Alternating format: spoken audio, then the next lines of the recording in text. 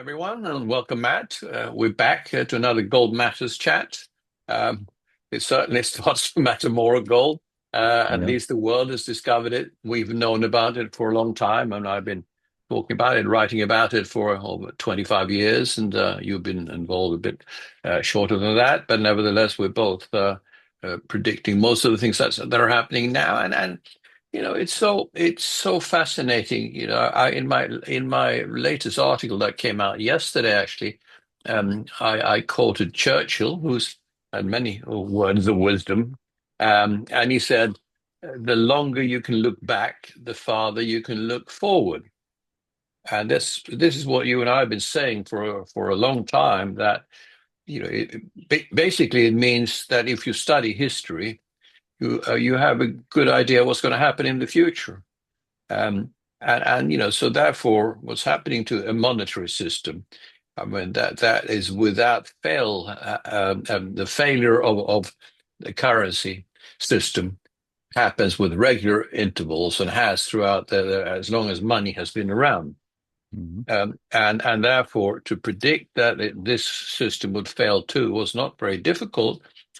And of course, we saw that accelerate from 71 with Nixon closing the gold window.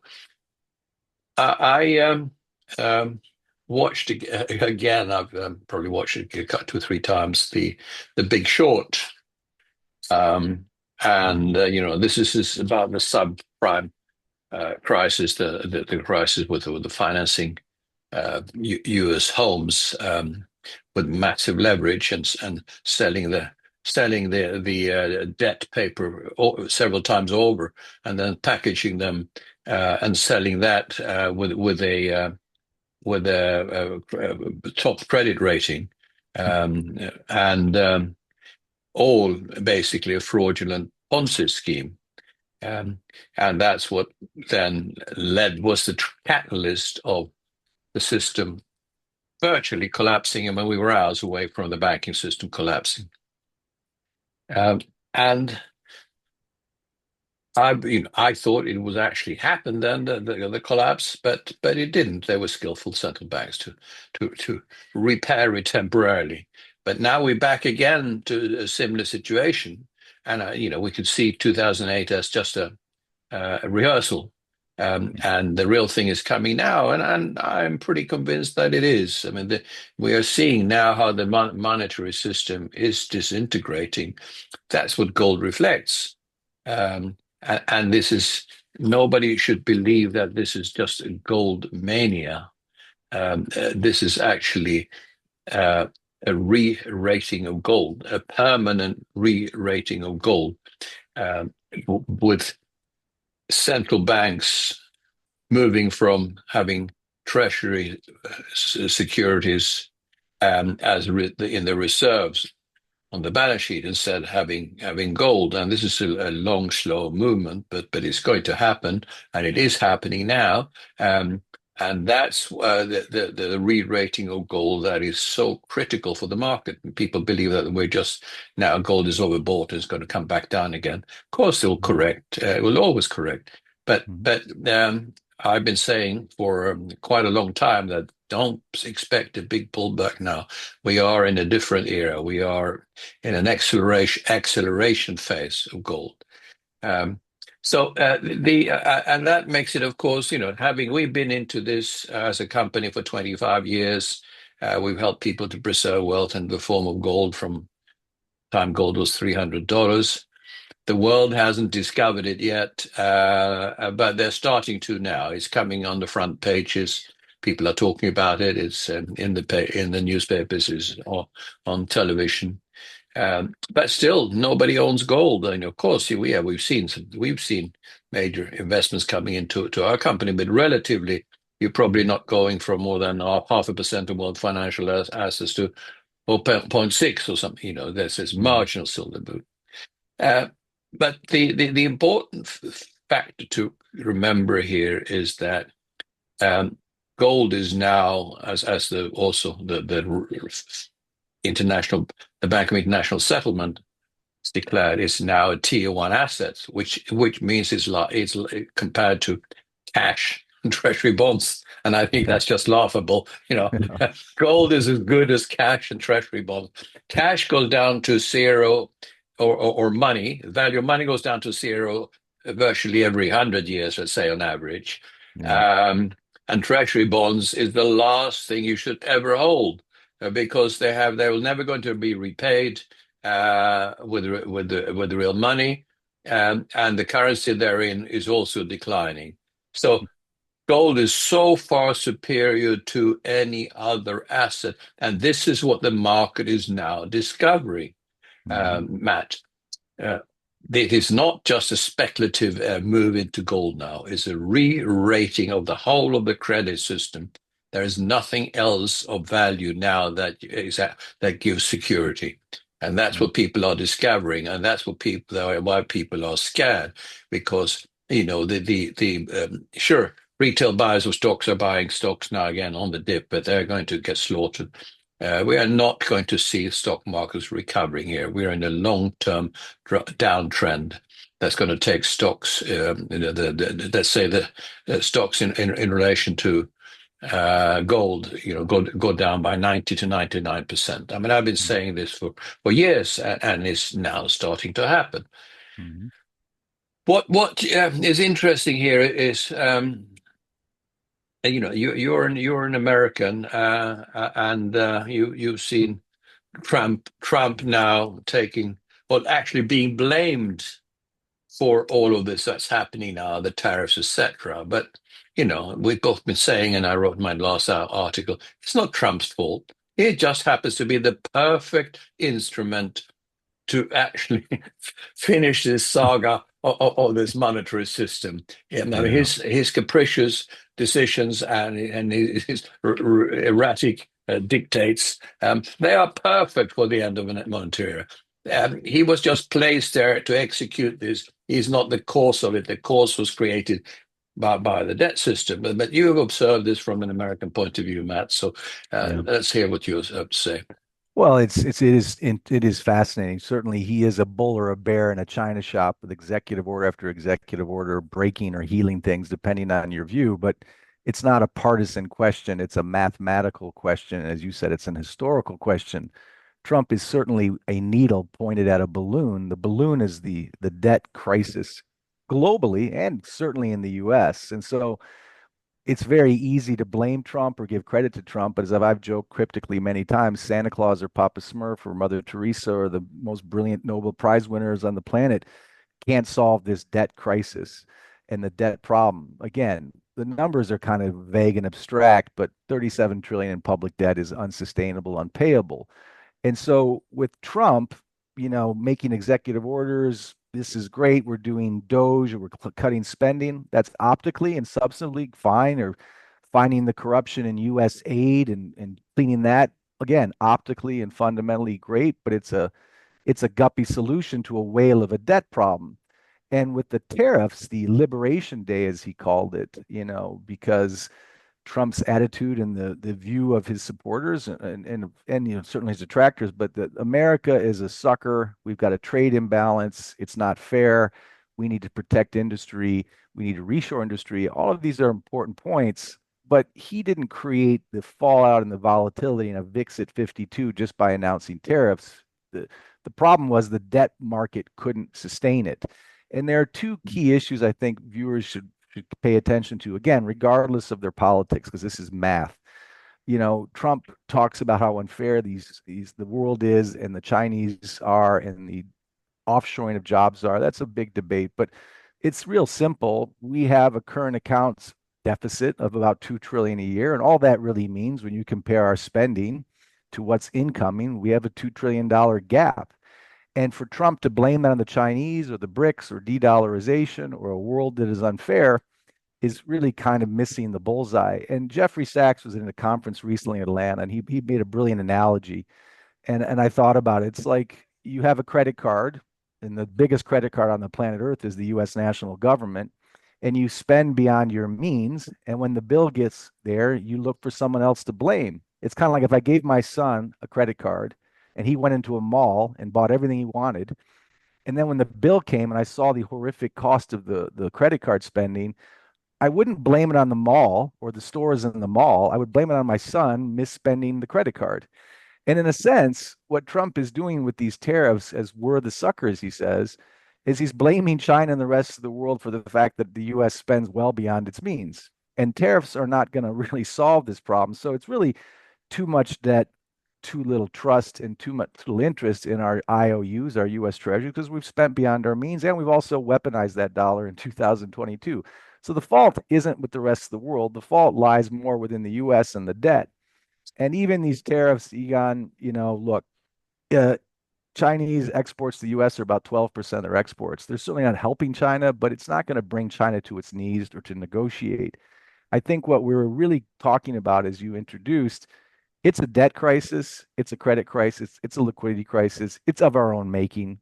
Trump was the last one when the music stopped, not be able to find a chair. I thought what was very interesting about Liberation Day, when the VIX spiked and the markets tanked and there was volatility everywhere, within 24 to 48 hours, Trump, quote unquote, pulled back on these tariffs, at least for the EU and some of these other countries. And again, the reason is just like Powell couldn't fight inflation. He couldn't raise rates because the bond market went crazy. He couldn't do it. He failed at fighting inflation with higher rates. And what's happening to Trump is he's failing at these tariffs because the markets and the bond markets can't handle the volatility. When markets were crazy, no one was buying US Treasuries. I'm sure Besant walked into his office and said, look, yields are spiking on the 10-year. We got to do something optically quickly. So, like Powell, Trump is weighed down by too much debt. It's unsolvable, Egon, in my opinion, and certainly we share it. But I mean, there are many who still think that Powell or Trump have a trick up their sleeves or a magical solution. And I just think, yeah, what are your thoughts on this notion that this is a fixable problem? I mean, clearly we're at a historical turning point where it's not, but many people just don't want to see that. Well, it's been clear to me from the very beginning, the every monetary system ends in the same way. And now we happen to be living in an era where we have a global debt of a magnitude that has never existed in history before. It's Mhm. not just one country or one region or one empire. Yeah, It's the whole world.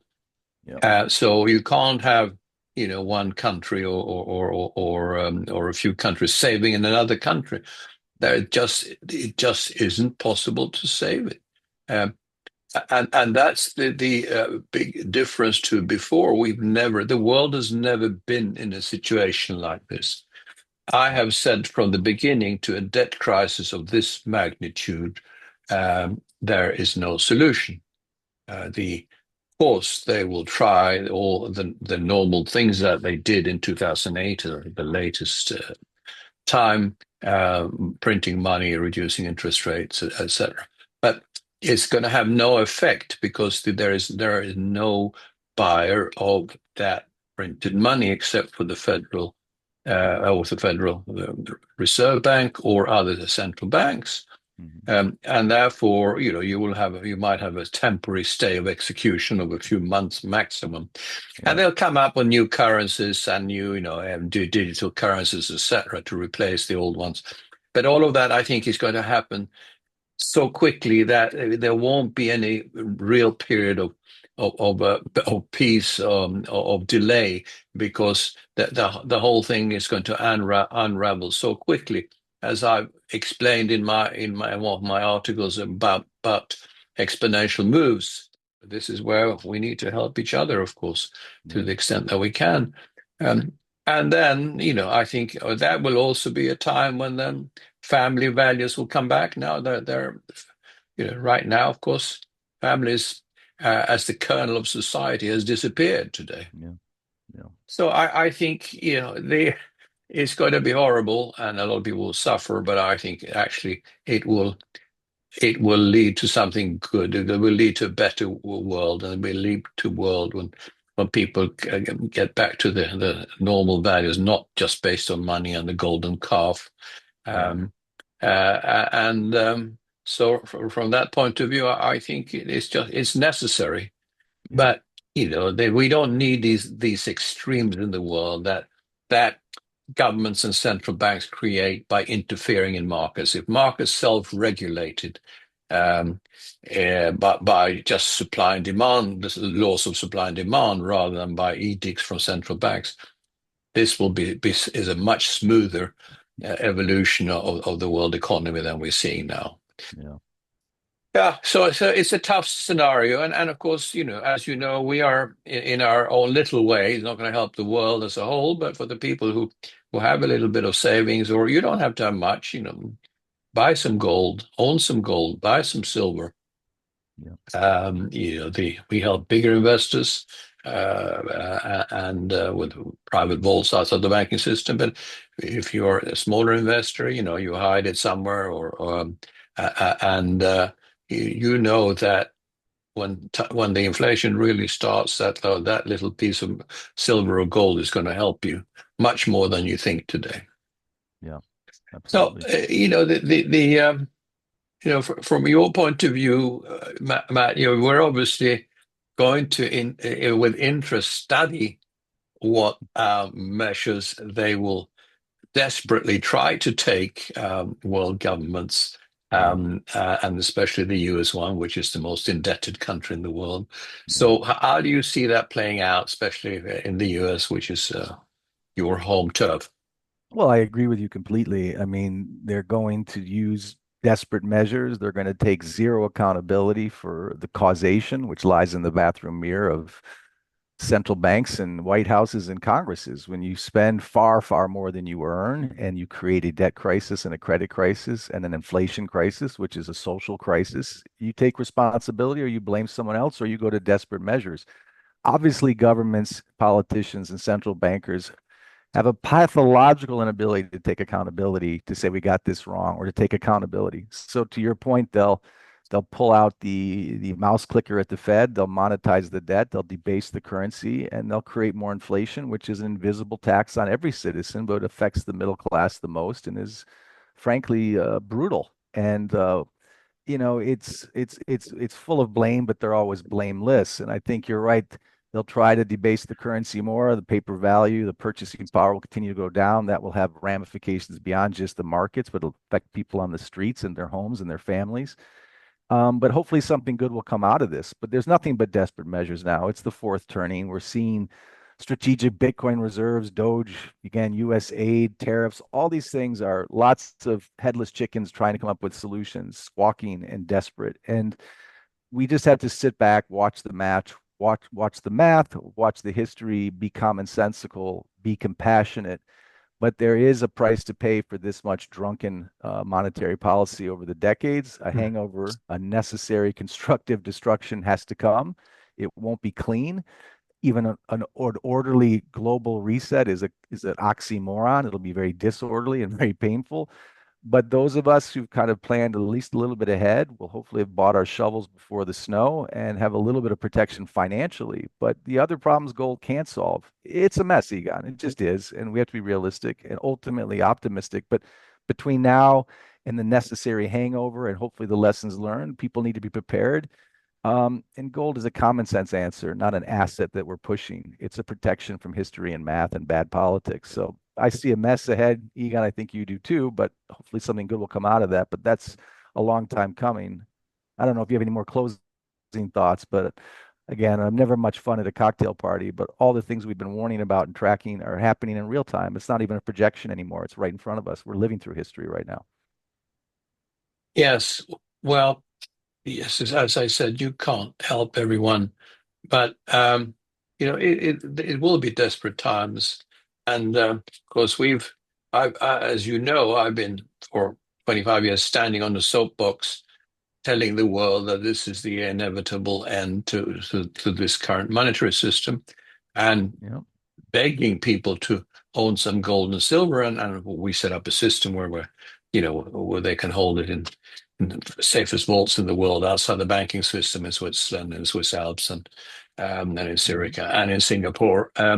And so that's helping at least a few investors. And of course, we're seeing now um, a lot more investors being interested. Of course, some people worry that it's too late, but as I say, show an illustration in my article. Is it too late to jump on the gold wagon? Um, Yeah. and it isn't. As we said earlier on, gold is undergoing a fundamental reevaluation in the monetary system, and it's going to go up by multiples. Therefore, Yeah. it is not too late to own gold or buy gold today, and silver also. Silver is more volatile, so you should be careful. But nevertheless, that's what people should still do. And the Dow gold is down 30% this year, just Yeah. as I Yeah. said before. And that's Yeah. just the beginning. We're going to see, as I said, it going down, I think, 90%. And don't ask, or more, even more. Don't ask what the Mhm. gold price is going to be, because I mean, I said many years ago, I actually in a discussion on video with Jim Rickards, I said, gold will reach 10,000. That was not, I don't like giving targets, and it's just an arbitrary round figure because it sounds good, 10,000. But 10, it means nothing. What is the dollar worth at the time? Right. $10,000, a dollar, the, you, $1,000 you might need to pay for a hamburger at the time, or a McDonald's.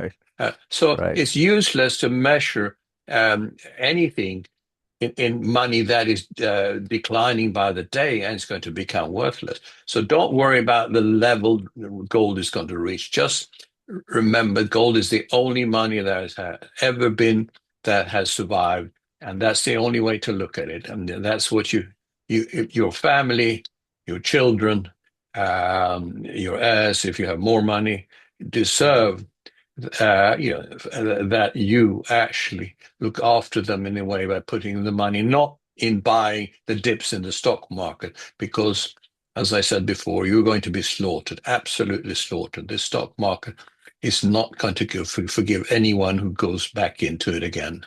Uh, Mhm. Instead, own some gold, own some silver, and help the people around you. I think that's the only advice we can give. It's Mhm. going to get worse. It's going to accelerate. It's going to be more critical for the world. Yeah. So, do what you can for your family and friends. That's all we can ask people to do. Yeah. Touche. Totally agree, Egon. Yeah. Well, we don't want to be downbeat, of course, but as I said, we try to propose a solution. It's not going to save the world, but at least if you help yourself, you help a lot, and you help a lot of people. That's what you need to do. Yeah. So we will keep informing people of our views, which are not going to change, by the way. That is guaranteed. Mine haven't changed for 25 years. It's just Yeah. happening slowly, and now it's accelerating, gradually, as Hemingway, first gradually and then suddenly. We're Yeah. getting to the suddenly now. Yeah. So just be aware of that, and look after yourselves and your families.